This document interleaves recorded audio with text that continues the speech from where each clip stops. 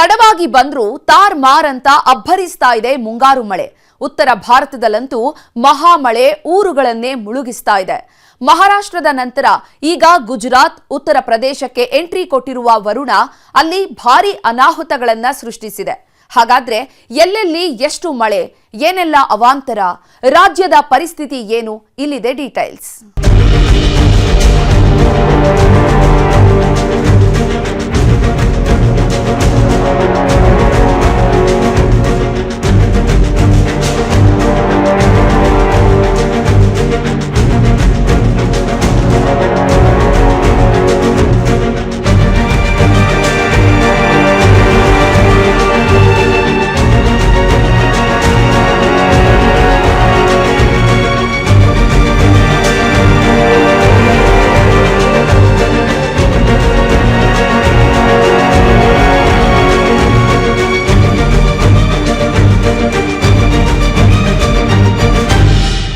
ರಾಜ್ಯದಲ್ಲಿ ಈ ಬಾರಿ ಮುಂಗಾರು ಆರಂಭ ಅದ್ಭುತವಾಗಿ ಇರಲಿಲ್ಲ.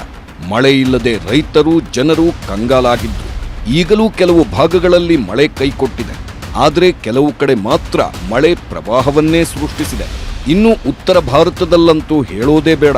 ಮಹಾಮಳೆ ಅಲ್ಲಿ ಊರುಗಳನ್ನೇ ಮುಳುಗಿಸ್ತಾ ಇದ್ದು ಜನರು ವಿಲವಿಲ ಒದ್ದಾಡುವಂತಾಗಿದೆ.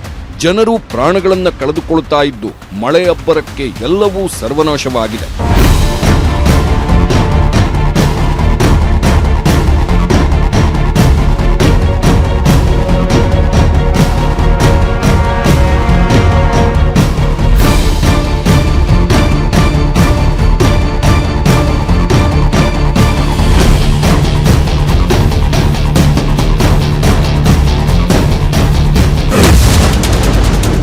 ಉತ್ತರ ಪ್ರದೇಶದಲ್ಲಿ ಭಾರೀ ಮಳೆ, ಗುಜರಾತ್ನಲ್ಲಿ ಭೀಕರ ಪ್ರವಾಹ.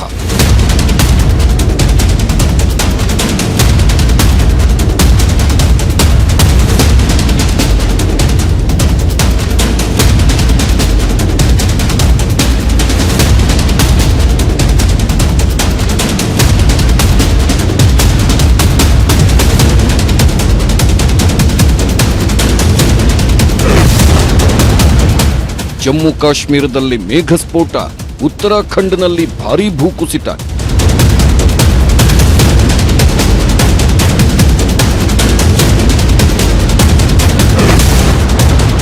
ರಾಜ್ಯದಲ್ಲೂ ವರುಣನ ಆರ್ಭಟ, ಬೆಳೆಗಳನ್ನ ಮುಳುಗಿಸಿದ ಮಹಾಮಳೆ.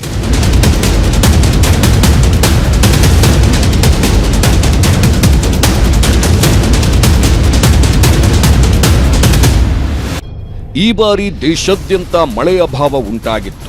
ಸಮಯಕ್ಕೆ ಸರಿಯಾಗಿ ಮುಂಗಾರು ಎಂಟ್ರಿ ಕೊಡದೆ ಜನರು, ರೈತರು ಕಂಗಾಲಾಗಿದ್ರು. ಈ ಬಾರಿ ಇಡೀ ಭಾರತಕ್ಕೆ ಬರ ಫಿಕ್ಸ್ ಅಂತ ಹೇಳಲಾಗಿತ್ತು. ಆದ್ರೆ ಈಗ ಉತ್ತರ ಭಾರತದಲ್ಲಿ ಮಳೆ ತನ್ನ ಆರ್ಭಟವನ್ನ ಮುಂದುವರೆಸಿದೆ. ಇಷ್ಟು ದಿನ ಕೊರತೆಯಾಗಿದ್ದ ಮಳೆಯನ್ನೆಲ್ಲ ಒಮ್ಮೆಲೇ ಸುರಿಸ್ತಾ ಇದೆ. ಮಹಾರಾಷ್ಟ್ರ, ದೆಹಲಿ, ಉತ್ತರ ಪ್ರದೇಶ, ಉತ್ತರಾಖಂಡ್, ಗುಜರಾತ್, ಜಮ್ಮು ಕಾಶ್ಮೀರ ಎಲ್ಲ ಕಡೆಯೂ ಮಳೆ ಅಬ್ಬರ ಶುರುವಾಗಿದೆ.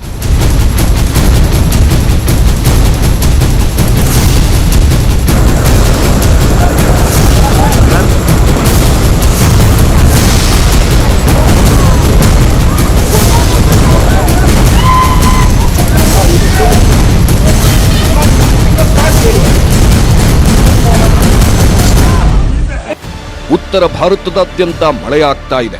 ಮಳೆ ಅಂದ್ರೆ ಅದು ಅಂತಿಂಥ ಮಳೆಯಲ್ಲ, ರಣಭಯಂಕರ ಮಳೆ. ಕಳೆದ ಒಂದು ವಾರದಿಂದ ಸುರಿತಾ ಇರೋ ಮಳೆ ಮಹಾರಾಷ್ಟ್ರ, ಗುಜರಾತ್ ಜನರನ್ನ ಮುಳುಗಿಸ್ತಾ ಇದೆ. ಗುಜರಾತ್ನ ಕೆಲವು ಭಾಗಗಳಲ್ಲಿ ಭಾರೀ ಪ್ರವಾಹವೇ ಸೃಷ್ಟಿಯಾಗಿದೆ. ಸೂರತ್ ಹಂತ ಹಂತವಾಗಿ ಮುಳುಗಿ ಹೋಗ್ತಾ ಇದ್ದು ಜನರು ಲಗೇಜ್ ತಗೊಂಡು ಊರು ಖಾಲಿ ಮಾಡುತ್ತಾ ಇದ್ದಾರೆ. ನಗರದ ದೊಡ್ಡ ಅಂಗಡಿಗಳು, ಶಾಪಿಂಗ್ ಮಾಲ್ಗಳಿಗೆ ನೀರು ನುಗ್ಗಿ ಎಲ್ಲವೂ ಅಸ್ತವ್ಯಸ್ತವಾಗಿದೆ. ನಿರಂತರ ಮಳೆಗೆ ನೀರಿನ ಮಟ್ಟ ಹೆಚ್ಚಾಗ್ತಾನೆ ಇದ್ದು ಜನರು ಆತಂಕದಲ್ಲೇ ಜೀವನ ಮಾಡುವಂತಾಗಿದೆ.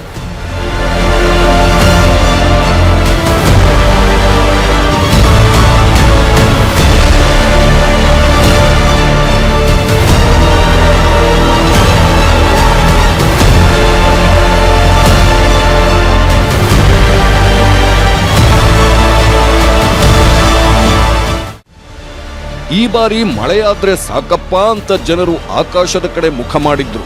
ಆದ್ರೆ ಮಳೆ ಬೇಕು ಅಂತ ಕೇಳಿದವರೆಲ್ಲ ಬೆಚ್ಚಿ ಬೀಳುವ ರೀತಿ ಉತ್ತರ ಭಾರತದಲ್ಲಿ ವರುಣಾರ್ಭಟ ಶುರುವಾಗಿದೆ. ಗುಜರಾತ್ ಮತ್ತು ಮಹಾರಾಷ್ಟ್ರದಲ್ಲಿ ನಿರಂತರ ಮಳೆ ಪ್ರವಾಹಗಳನ್ನು ಸೃಷ್ಟಿ ಮಾಡ್ತಾ ಇದೆ. ಕೆಲವು ಕಡೆ ಮಳೆಯಿಂದ ಜಲಪ್ರಳಯವೇ ಉಂಟಾಗಿದೆ. ಯಾವುದೋ ಒಂದು ಕಡೆ ಮಾತ್ರ ಅಲ್ಲ, 5-6 ರಾಜ್ಯಗಳ ಎಲ್ಲ ಊರುಗಳಲ್ಲೂ ಮಳೆ ವಿಧ್ವಂಸ ಸೃಷ್ಟಿಸಿದೆ.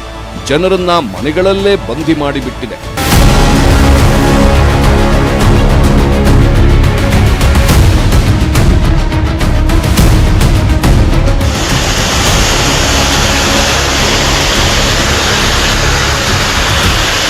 ಗುಜರಾತ್ನಲ್ಲಿ ಕಳೆದ 1 ವಾರದಿಂದ ಸುರಿದ ಮಳೆ ಊರುಗಳನ್ನೇ ಮುಳುಗಿಸಿದೆ. ಅಲ್ಲಿನ ನದಿಗಳೆಲ್ಲ ತುಂಬಿ ಹೋಗಿ ಭೋರ್ಗರೆದು ಹರಿತಾ ಇದ್ದು ಆ ನೀರು ಊರುಗಳ ಮೇಲೂ ನುಗ್ಗಿ ಪ್ರವಾಹ ಪರಿಸ್ಥಿತಿಯನ್ನ ಉಂಟು ಮಾಡಿದೆ. ಸೂರತ್ನಾದ್ಯಂತ ಪ್ರವಾಹ ಪರಿಸ್ಥಿತಿ ನಿರ್ಮಾಣವಾಗಿದೆ. ಅಲ್ಲಿ ಈಗ ಎತ್ತ ನೋಡಿದ್ರೂ ಬರೀ ನೀರೇ ಕಾಣಿಸ್ತಾ ಇದೆ. ಸತತ ಮಳೆ ಜುನಾಗಢ್ನಲ್ಲಿ ರಸ್ತೆಗಳನ್ನೇ ಕಾಣದಂತೆ ಮಾಯ ಮಾಡಿದ್ದು ಇದರಿಂದ ಜನರು ವಾಹನ ಸವಾರರು ಸಂಕಷ್ಟ ಪಡುವಂತಾಗಿದೆ.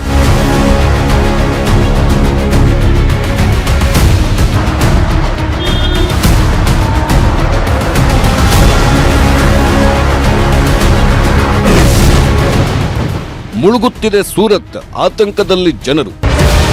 ಇದೇ ನೋಡಿ ಗುಜರಾತ್ನ ಸೂರತ್ ಸಿಟಿ. ಡೈಮಂಡ್ ಸಿಟಿ ಅಂತ ಕರೆಸಿಕೊಳ್ಳೋ ನಗರ ಈಗ ವಾಟರ್ ಸಿಟಿ ಆಗಿ ಬದಲಾಗಿ ಹೋಗಿದೆ. ದೊಡ್ಡ ದೊಡ್ಡ ಅಪಾರ್ಟ್ಮೆಂಟ್ಗಳಿರೋ ಜಾಗ ಈಗ ಸಂಪೂರ್ಣವಾಗಿ ಜಲಾವೃತವಾಗಿದೆ.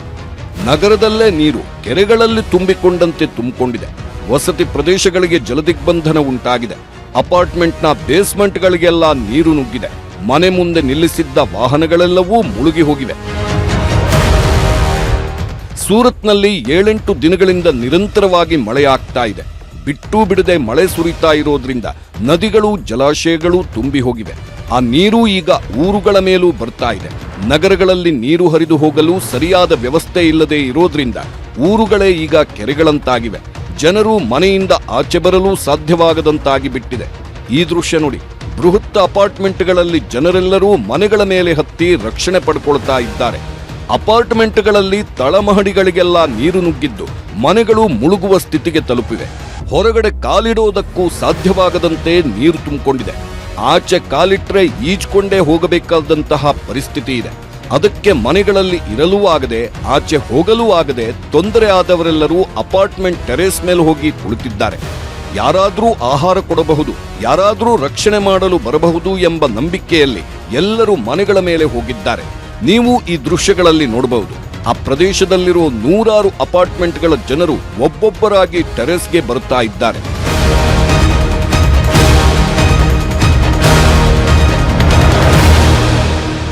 ಅವರೆಲ್ಲ ಆ ರೀತಿ ಮನೆಗಳ ಮೇಲೆ ಯಾಕೆ ಬರ್ತಾ ಇದ್ದಾರೆ ಅನ್ನೋದಕ್ಕೆ ಉತ್ತರ ಕೆಳಗಡೆ ಕಾಣಿಸ್ತಾ ಇದೆ ನೋಡಿ.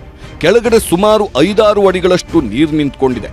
ಎಲ್ಲಿಯೂ ಭೂಮಿಯೇ ಕಾಣದೆ ನದಿಯಂತಾಗಿದೆ. ಕೆಳಗಡೆ ನಿಲ್ಲಿಸಿರೋ ಸಾಕಷ್ಟು ವಾಹನಗಳು ಸಂಪೂರ್ಣವಾಗಿ ನೀರಲ್ಲಿ ಮುಳುಗಿಬಿಟ್ಟಿವೆ. ಕೆಳಗಡೆ ಇರೋ ಮನೆಗಳಿಗೆಲ್ಲ ನೀರು ನುಗ್ಗಿದೆ. ಹಾಗಾಗಿ ನೀರು ತುಂಬಿರೋ ಮನೆಗಳಲ್ಲಿ ಇರುವುದಕ್ಕೆ ಸಾಧ್ಯವಾಗದೆ ಗ್ರೌಂಡ್ ಫ್ಲೋರ್ನಲ್ಲಿ ಇದ್ದಂತಹ ಜನರು ಟೆರೇಸ್ ಮೇಲೆ ಬಂದಿದ್ದಾರೆ. ಸೂರತ್ನ ಉದ್ನಾ ಮತ್ತು ವರ್ಚಾ ಪ್ರದೇಶಗಳಲ್ಲಿ ದಾಖಲೆ ಮಳೆಯಾಗಿದ್ದು ಅಲ್ಲಿ ಈಗ ಜನರು ವಾಸ ಮಾಡುವುದಕ್ಕೂ ಸಾಧ್ಯವಾಗದಂತಾಗಿದೆ.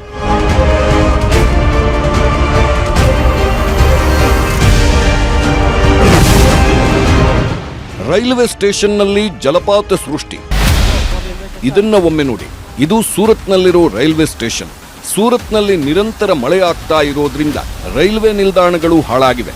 ರೈಲ್ವೆ ಹಳಿಗಳ ಮೇಲೆ ನೀರು ನಿಲ್ಲೋದರ ಜೊತೆಗೆ ಈಗ ರೈಲ್ವೆ ನಿಲ್ದಾಣವೂ ಸೋರ್ತಾ ಇದೆ. ರೈಲ್ವೆ ನಿಲ್ದಾಣದಲ್ಲಿ ಪ್ರಯಾಣಿಕರು ನಿಲ್ಲೋದಕ್ಕೂ ಸಾಧ್ಯವಾಗದಂತಾಗಿದೆ. ಪ್ಲಾಟ್ಫಾರ್ಮ್ಗಳಲ್ಲಿ ಅಳವಡಿಸಿರೋ ಛಾವಣಿಗಳಿಂದ ಮಳೆ ನೀರು ಜಲಪಾತದಂತೆ ಬೀಳ್ತಾ ಇದ್ದು ಜನರಿಗೆ ಭಾರೀ ತೊಂದರೆ ಆಗ್ತಾ ಇದೆ.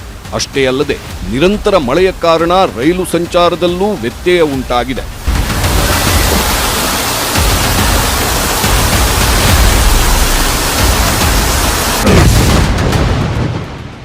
ಮುಳುಗಿದ ಮಳಿಗೆಗಳು, ವಸ್ತುಗಳು ಜಲಸ್ವಾಹ. ಸೂರತ್ ನಗರ ಈಗ ಅಕ್ಷರಶಃ ನೀರಲ್ಲಿ ಮುಳುಗಿದೆ. ಪ್ರತಿನಿತ್ಯ ಜನರಿಂದ ತುಂಬಿ ತುಳುಕುವ ಪ್ರದೇಶಗಳು ಸಂಪೂರ್ಣವಾಗಿ ಜಲಾವೃತವಾಗಿವೆ. ಅಂಗಡಿ ಮುಂಗಟ್ಟುಗಳೆಲ್ಲ ಮುಳುಗಿ ಹೋಗಿದ್ದು ಕೋಟ್ಯಾಂತರ ರೂಪಾಯಿ ಬೆಲೆ ಬಾಳುವ ವಸ್ತುಗಳೆಲ್ಲ ನೀರು ಪಾಲಾಗಿವೆ. ಇದು ನೋಡಿ, ಇದು ಸೂರತ್ನಲ್ಲಿರೋ ಪೊದ್ದಾರ್ ಆರ್ಕೇಡ್. ಈಗ ಅಲ್ಲಿ ಗ್ರೌಂಡ್ ಫ್ಲೋರ್ನಲ್ಲಿರೋ ಅಂಗಡಿಗಳೆಲ್ಲ ನಾಪತ್ತೆಯಾಗಿವೆ. ನೀರಲ್ಲಿ ಮರೆಯಾಗಿ ಬಿಟ್ಟಿವೆ. ಸುಮಾರು 5-6 ಅಡಿಗಳಷ್ಟು ನೀರು ಅಲ್ಲಿ ತುಂಬಿಕೊಂಡಿದ್ದು ಅಂಗಡಿಗಳಿಗೆ ಹೋಗಿದ್ದ ಜನರು ಅಲ್ಲೇ ಸಿಕ್ಕಾಕೊಂಡಿದ್ದಾರೆ.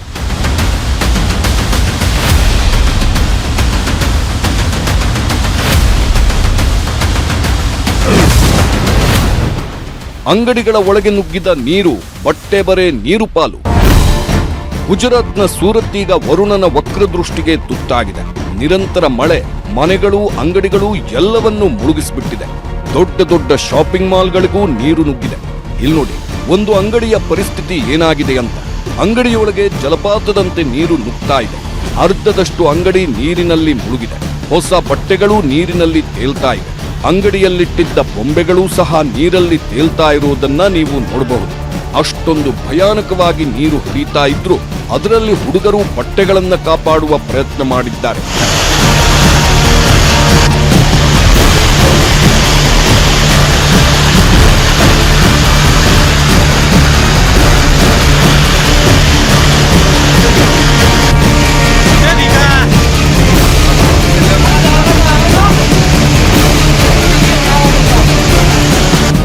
ನಗರದಲ್ಲೆಲ್ಲ ಬರೀ ನೀರೇ ತುಂಬಿಕೊಂಡಿದೆ. ರಸ್ತೆಗಳೆಲ್ಲ ಕಾಣದಂತೆ ಮಾಯವಾಗಿವೆ. ಇಂತಹ ಭಯಂಕರ ಮಳೆಯಲ್ಲೂ ಎದೆ ಮಟ್ಟಕ್ಕೆ ಬರ್ತಾ ಇರೋ ನೀರಿನಲ್ಲೂ ಜನರು ಮನೆಗಳಿಂದ ಆಚೆ ಬಂದಿದ್ದಾರೆ. ಮುಳುಗಿಸುವಷ್ಟು ನೀರಿದ್ರೂ ಅದರಲ್ಲೇ ಓಡಾಟ ಮಾಡಿದ್ದಾರೆ. ಒಬ್ಬರ ಕೈ ಮತ್ತೊಬ್ಬರು ಹಿಡ್ಕೊಂಡು ರಸ್ತೆಗಳಲ್ಲಿ ಓಡಾಡಿದ್ದಾರೆ. ಇನ್ನು ಕೆಲವು ಕಡೆ ಮನೆಗಳನ್ನ ಖಾಲಿ ಮಾಡಬೇಕಾದ ಪರಿಸ್ಥಿತಿ ಬಂದಿದ್ದು, ಭಾರೀ ಪ್ರಮಾಣದ ನೀರಿನಲ್ಲೇ ಜನರು ತಮ್ಮ ವಾಹನ ಮತ್ತು ವಸ್ತುಗಳೊಂದಿಗೆ ನಡೆದುಕೊಂಡು ಹೋದ್ರು. ಈ ದೃಶ್ಯ ನೋಡಿ, ಎಷ್ಟೊಂದು ಜನರು ಹೇಗೆ ಸಾಹಸ ಯಾತ್ರೆ ಮಾಡ್ತಿದ್ದಾರೆ ನೋಡಿ. ರಕ್ಷಣಾ ತಂಡಗಳು ಬಂದು ರಕ್ಷಣೆ ಮಾಡೋವರೆಗೂ ಕಾಯ್ತಾ ಇದ್ರೆ ಜೀವವೇ ಹೋಗಬಹುದು. ಹೇಗಾದ್ರೂ ಮಾಡಿ ಜೀವ ಉಳಿಸ್ಕೊಳ್ಳೋಣ ಅಂತ ಎದೆ ಮಟ್ಟಕ್ಕೆ ಬರ್ತಾ ಇರೋ ನೀರಿನಲ್ಲಿ ಕೆಲವು ವಸ್ತುಗಳನ್ನ ಹಿಡಿದು ನಡೆದುಕೊಂಡು ಹೋಗಿದ್ದಾರೆ. ಮಳೆ ಬಂತು, ನೀರು ತುಂಬಿಕೊಳ್ತು ಅಂತ ಆಚೆ ಹೋಗದೇ ಇರೋದಕ್ಕಾಗಲ್ಲ. ಅಗತ್ಯ ವಸ್ತುಗಳನ್ನ ತರೋದಕ್ಕಾದ್ರೂ ಆಚೆ ಹೋಗಲೇಬೇಕಾಗುತ್ತೆ. ನೀರು ಆಹಾರ ಇಲ್ಲದೆ ಎಷ್ಟೊತ್ತು ಮನೆಯಲ್ಲೇ ಇರೋದಕ್ಕಾಗುತ್ತೆ. ಅದಕ್ಕೆ ಜನರು ಆಗಿದ್ದಾಗಲಿ ಅಂತ ಮನೆಗಳಿಂದ ಆಚೆ ಬಂದಿದ್ದು ಕೆಲವೊಂದು ವಸ್ತುಗಳನ್ನ ತೆಗೆದುಕೊಂಡು ಹೋಗ್ತಾ ಇದ್ದಾರೆ. ಇನ್ನು ಕೆಲವರು ವಾಹನಗಳೇ ಮುಳುಗಿ ಹೋಗ್ತಾ ಇದ್ರು ಲೆಕ್ಕಿಸದೆ ತಮ್ಮ ವಾಹನಗಳನ್ನ ತಳ್ಕೊಂಡು ಹೋದ್ರು. ಈ ದೃಶ್ಯ ನೋಡಿ, ಇಲ್ಲಿ ಒಬ್ಬ ವ್ಯಕ್ತಿ ಮಾತ್ರ ಹೋಗ್ತಾ ಇರೋದು ಕಾಣಿಸ್ತಾ ಇದೆ. ಆತನ ಕೈಗಳು ನೀರಿನಲ್ಲಿದೆ. ಯಾಕೆ ಹಾಗೆ ಅಂತ ಗಮನಿಸಿ ನೋಡಿದ್ರೆ ಆತ ತನ್ನ ದ್ವಿಚಕ್ರ ವಾಹನವನ್ನ ತಳ್ಕೊಂಡು ಹೋಗ್ತಾ ಇದ್ದಾನೆ. ಗಾಡಿ ಸಂಪೂರ್ಣವಾಗಿ ನೀರಲ್ಲಿ ಮುಳುಗ್ತಾ ಇದ್ರೂ ತುಂಬಾ ಕಷ್ಟಪಟ್ಟು ಗಾಡಿಯನ್ನ ತಳ್ಕೊಂಡು ಹೋಗಿದ್ದಾನೆ. ಆ ವ್ಯಕ್ತಿ ಒಬ್ಬನೇ ಅಲ್ಲ, ಆ ರಸ್ತೆಯಲ್ಲಿ ಸುಮಾರು 3-4 ಜನ ಅದೇ ರೀತಿ ಎದೆ ಮಟ್ಟಕ್ಕೆ ಬರ್ತಾ ಇರೋ ನೀರಲ್ಲೇ ವಾಹನಗಳನ್ನ ತಳ್ಕೊಂಡು ಹೋಗ್ತಾ ಇದ್ದಾರೆ. ಇನ್ನೂ ಒಬ್ಬ ಸೈಕಲ್ ಅನ್ನ ಹೆಗಲ ಮೇಲೆ ಏರಿಸಿ ಹೊತ್ಕೊಂಡು ಹೋಗಿದ್ದಾನೆ.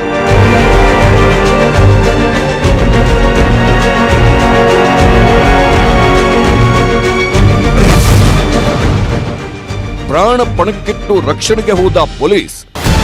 ಸೂರತ್ನಲ್ಲಿ ಈ ಭೀಕರ ಪ್ರವಾಹ ಉಂಟಾಗಿದೆ. ಸಾವಿರಾರು ಜನರಿಗೆ ಜಲದಿಗ್ಬಂಧನ ಉಂಟಾಗಿದೆ. ರಕ್ಷಣಾ ತಂಡಗಳು ಜನರನ್ನ ಕಾಪಾಡುವ ಕೆಲಸ ಮಾಡ್ತಾ ಇವೆ.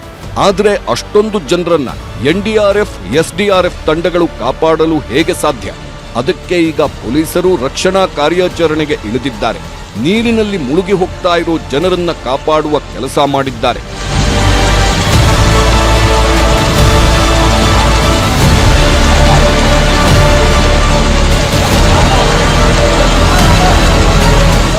ಕುತ್ತಿಗೆವರೆಗೂ ನೀರು ತುಂಬಿಕೊಂಡಿದೆ.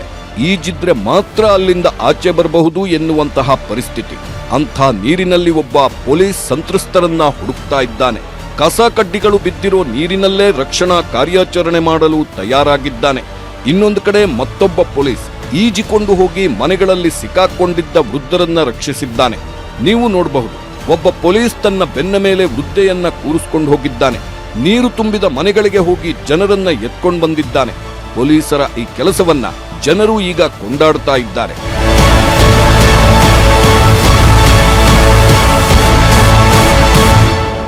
ಸದ್ಯ ಸೂರತ್ನಲ್ಲಿ ಗಂಟೆ ಗಂಟೆಗೂ ನೀರಿನ ಪ್ರಮಾಣ ಹೆಚ್ಚಾಗ್ತಾನೆ ಇದ್ದು ಮನೆಗಳಿಗೂ ನೀರು ನುಗ್ತಾ ಇವೆ. ಇದರಿಂದ ಜನರು ಮನೆಗಳನ್ನ ಖಾಲಿ ಮಾಡಬೇಕಾದ ಪರಿಸ್ಥಿತಿ ಬಂದಿದೆ. 2 ದಿನಗಳಿಂದ ಇಲ್ಲಿ 8 ಇಂಚಿನಷ್ಟು ಮಳೆಯಾಗಿದ್ದು ಇನ್ನೂ ಸಹ ಮಳೆ ಮುಂದುವರೆದಿದೆ. ಈಗಾಗಲೇ ನಗರದಲ್ಲಿ 13ಕ್ಕೂ ಹೆಚ್ಚು ಜನ ಪ್ರಾಣ ಕಳೆದುಕೊಂಡಿದ್ದು ಕ್ಷಣ ಕ್ಷಣಕ್ಕೂ ಭಯದ ವಾತಾವರಣ ನಿರ್ಮಾಣವಾಗ್ತಾ ಇದೆ. ಸಂಕಷ್ಟಕ್ಕೆ ಸಿಲುಕಿದವರಿಗೆ ಸರಿಯಾದ ರಕ್ಷಣೆಯೂ ಸಿಗದೆ ಪರದಾಡುವಂತಾಗಿದೆ.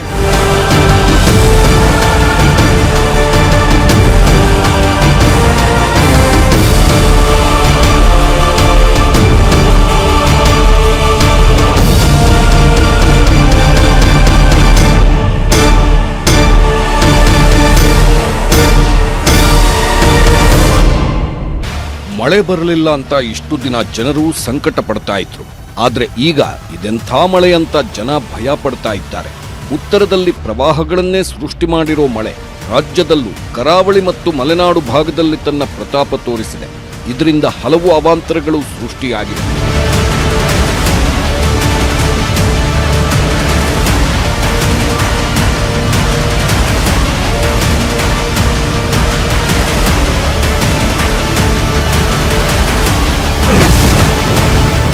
ಉತ್ತರ ಪ್ರದೇಶದಲ್ಲಿ ಭಾರೀ ಮಳೆ, ಸೋರುತ್ತಿದೆ ರೈಲ್ವೆ ಸ್ಟೇಷನ್ಗಳು.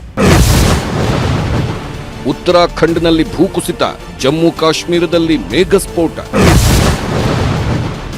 ಮಹಾರಾಷ್ಟ್ರದಲ್ಲಿ ಗೋಡೌನ್ಗೆ ನೀರು, ಪ್ರಹಾರಕ್ಕೆ ಕೊಚ್ಚಿ ಹೋದವು ಸಿಲಿಂಡರ್ಗಳು. ಚಳಿಗಾಲ ಬಂದಾಗ ಎಷ್ಟು ಚಳಿ ಎಂದ್ರು, ಬಂತಲ್ಲ ಬೇಸಿಗೆ ಕೆಟ್ಟ ಬಿಸಿಲೆಂದರು. ಮಳೆ ಬಿತ್ತೋ ಬಿಡದಲ್ಲ ಶನಿ ಎಂಬ ಟೀಕೆ. ಇವರು ಮೆಚ್ಚುವ ವಸ್ತು ಇಲ್ಲಿಲ್ಲ ಜೋಕೆ ಅಂತ ಒಬ್ಬ ಕವಿ ಹೇಳಿದ್ರು. ಆದ್ರೆ ಈಗ ಹಾಗೆ ಅನ್ನದೇ ವಿಧಿ ಇಲ್ಲ ಎಂಬಂತಾಗಿದೆ. ಮಳೆ ಈಗ ಉತ್ತರ ಭಾರತವನ್ನ ಇನ್ನಿಲ್ಲದಂತೆ ಕಾಡ್ತಾ ಇದೆ. ಅಲ್ಲಿನ ಜನರು ಯಾಕಾದ್ರೂ ಮಳೆ ಬಂತಪ್ಪ ಅಂತ ಒಣಗಿಕೊಳ್ಳುವಂತಾಗಿದೆ. ಬಿತ್ತಲು, ಬೆಳೆಗಳು ಬೆಳೆಯಲು, ಕುಡಿಯುವ ನೀರಿಗೆ ಸಮಸ್ಯೆ ಆಗದಿರಲು ಮಳೆ ಆಗಿದ್ರೆ ಸಾಕಾಗಿತ್ತು. ಆದ್ರೆ ಈಗ ಜನರ ಜೀವವೇ ಹೋಗುವಂತಹ ಮಳೆ ಆಗ್ತಾ ಇದೆ. ಮೊನ್ನೆ ಮಹಾರಾಷ್ಟ್ರದಲ್ಲಿ ಮಳೆ ಅಬ್ಬರಿಸಿ ಬೊಬ್ಬಿರಿದಿತ್ತು. ಆನಂತರ ದೆಹಲಿಯಲ್ಲೂ ಮಳೆ ಆರ್ಭಟಿಸಿತ್ತು. ಈಗ ಗುಜರಾತ್, ಉತ್ತರ ಪ್ರದೇಶ, ಉತ್ತರಾಖಂಡ್, ಜಮ್ಮು ಕಾಶ್ಮೀರ ಮಳೆ ಪ್ರವಾಹಗಳನ್ನು ಸೃಷ್ಟಿಸ್ತಾ ಇದೆ. ಅತಿಯಾದ ಮಳೆಯಿಂದಾಗಿ ಸಾಕಷ್ಟು ಸಾವು ನೋವುಗಳು ಸಂಭವಿಸ್ತಾ ಇವೆ. ಮಳೆ ಅಂದ್ರೆ ಬರೀ ಮಳೆ ಮಾತ್ರ ಬರುವುದಿಲ್ಲ. ಗಾಳಿ ಮಳೆ ಅನಾಹುತಗಳನ್ನು ಸೃಷ್ಟಿಸುತ್ತೆ. ಮನೆಗಳು ಉರುಳುತ್ತೆ, ಗುಡ್ಡಗಳು ಕುಸಿಯುತ್ತೆ, ರಸ್ತೆಗಳನ್ನ ಬಾಯಿ ತೆರೆಸುತ್ತೆ. ಇದೆಲ್ಲದರಿಂದ ಜನರ ಜೀವಕ್ಕೆ ಕುತ್ತು ಬರುತ್ತೆ. ಈಗ ಉತ್ತರ ಭಾರತದ ಮಳೆಯೂ ಜನರ ಜೀವಗಳನ್ನ ತೆಗೀತಾ ಇದೆ.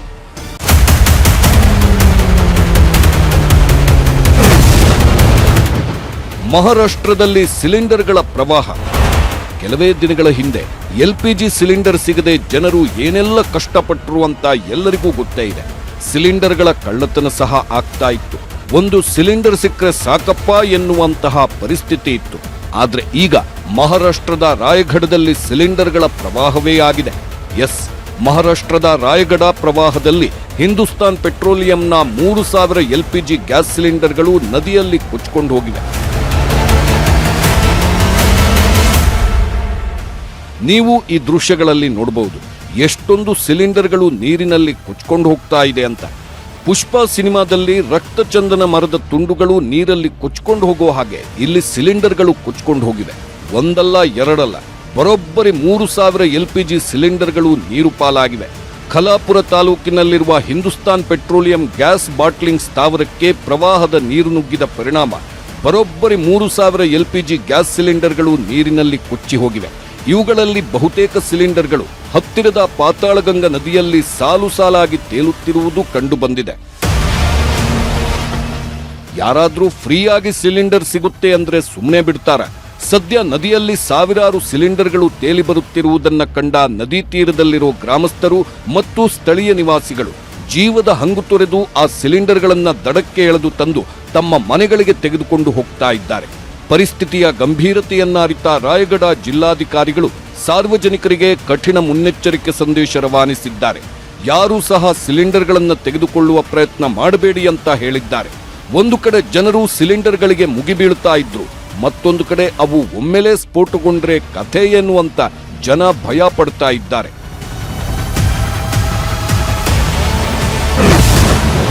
ಉತ್ತರ ಪ್ರದೇಶದಲ್ಲೂ ಭಾರೀ ಮಳೆ, ರಸ್ತೆಗಳು ಮುಳುಗಡೆ. ಉತ್ತರ ಪ್ರದೇಶದಲ್ಲೂ ಕೆಲವು ಜಿಲ್ಲೆಗಳಲ್ಲಿ ಭಾರೀ ಮಳೆಯಾಗಿದೆ. ಗಾಜಿಯಾಬಾದ್, ಬುಲಂದರ್ ಶಹರ್ ಸೇರಿದಂತೆ ಸಾಕಷ್ಟು ಕಡೆ ಪ್ರವಾಹ ಪರಿಸ್ಥಿತಿ ನಿರ್ಮಾಣವಾಗಿದೆ. ಸಾಕಷ್ಟು ಕಡೆ ರಸ್ತೆಗಳೇ ಕಾಣದಂತೆ ಮಾಯವಾಗಿವೆ. ರಸ್ತೆಗಳಲ್ಲೆಲ್ಲ ನೀರು ತುಂಬಿಕೊಂಡಿದ್ದು ಕೆಲವು ಕಡೆ ಕರೆಂಟ್ ಶಾಕ್ನಿಂದ ಜನರು ಪ್ರಾಣ ಕಳೆದುಕೊಂಡಿದ್ದಾರೆ. ಕರೆಂಟ್ ಕಂಬಗಳು ಬಿದ್ದು ವೈರ್ ಕಟ್ಟಾಗಿ ನೀರಲ್ಲೂ ವಿದ್ಯುತ್ ಪ್ರವಹಿಸ್ತಾ ಇದ್ದು ಇದರಿಂದ ರಸ್ತೆಗಳಲ್ಲಿ ನಡೆದಾಡುವವರ ಜೀವಕ್ಕೂ ಕುತ್ತು ಬರ್ತಾ ಇದೆ. ಉತ್ತರ ಪ್ರದೇಶದ ಬುಲಂದ್ ಶಹರ್ನಲ್ಲಿ ಕೆಲವು ಗಲ್ಲಿಗಳು ಕೆರೆಗಳಂತಾಗಿವೆ. ನದಿಯಂತೆ ನೀರು ಹರಿತಾ ಇದ್ದು ಅಂಗಡಿಗಳಿಗೂ ನೀರು ನುಗ್ಗಿವೆ. ನೀವು ನೋಡಬಹುದು, ಮೊಣಕಾಲುದ್ದ ನೀರಿನಲ್ಲಿ ತಂದೆ ಮಗನನ್ನ ಕೂರಿಸಿಕೊಂಡು ಗಾಡಿ ತಳ್ಳುತ್ತಾ ಇದ್ದಾನೆ. ಮತ್ತೊಂದು ಕಡೆ ಅಂಗಡಿಗಳಿಗೆ ನೀರು ನುಗ್ಗಿದ್ದು ಶಾಪ್ನಲ್ಲಿದ್ದವರು ಏನೂ ತೋಚದೆ ಚೇರ್ಗಳ ಮೇಲೆ ಕುಳಿತಿದ್ದಾರೆ. ಸಾಕಷ್ಟು ಮನೆಗಳಿಗೂ ನೀರು ನುಗ್ಗಿದ್ದು ಜನರು ಮನೆಗಳಲ್ಲೇ ಲಾಕ್ ಆಗುವಂತಾಗಿದೆ. ಉತ್ತರ ಪ್ರದೇಶದಲ್ಲಿ ಬರೀ ಮಳೆ ಆಗ್ತಾ ಇದೆ. ಆದ್ರೆ ಉತ್ತರಾಖಂಡ್ನಲ್ಲಿ ಮಳೆ ಜೊತೆಗೆ ಭೂಕುಸಿತವೂ ಆಗ್ತಾ ಇದ್ದು ಗುಡ್ಡಗಳ ಮೇಲೆ ಮನೆ ಮಾಡಿದವರಿಗೆ ಜೀವಭಯ ಶುರುವಾಗಿದೆ. ಅದೇ ರೀತಿ ಜಮ್ಮು ಕಾಶ್ಮೀರದಲ್ಲಿ ಮೇಘಸ್ಫೋಟ ಸಂಭವಿಸಿದ್ದು ಅದು 5-6 ಗ್ರಾಮಗಳನ್ನ ಸರ್ವನಾಶ ಮಾಡಿದೆ. ಇತ್ತ ರಾಜ್ಯದಲ್ಲೂ ಮಲೆನಾಡು ಕರಾವಳಿ ಭಾಗದಲ್ಲಿ ಭಾರೀ ಮಳೆಯಾಗಿದ್ದು ರೈತರು ಬೆಳೆದಿದ್ದ ಬೆಳೆಗಳು ನೀರು ಪಾಲಾಗಿವೆ.